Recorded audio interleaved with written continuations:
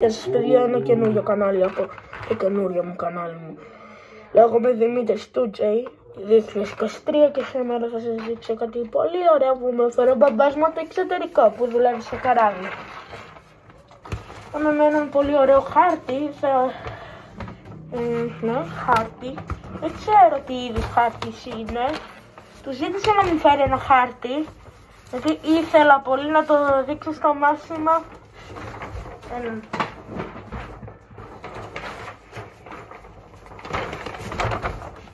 Αυτός είναι ο χάρτης.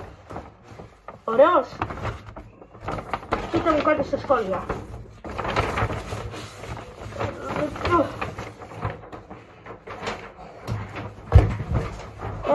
Σήμερα έχω όλα μια χαρά, είσαστε καλά? Πώς περνάτε? Σήμερα έχω και μια παράσταση. Ενδιάμεσα, 4 ώρα πρέπει να πάω να κάνω την παράσταση. Μαντέψτε ποιος είμαι. Με 4 κιλά που είμαι. 64 κιλά φανταστείτε. Έχω και τον ίδιο χάρτη. Αυτό, κοιτάξτε τι ωραία μπλουζάρα. Jordan.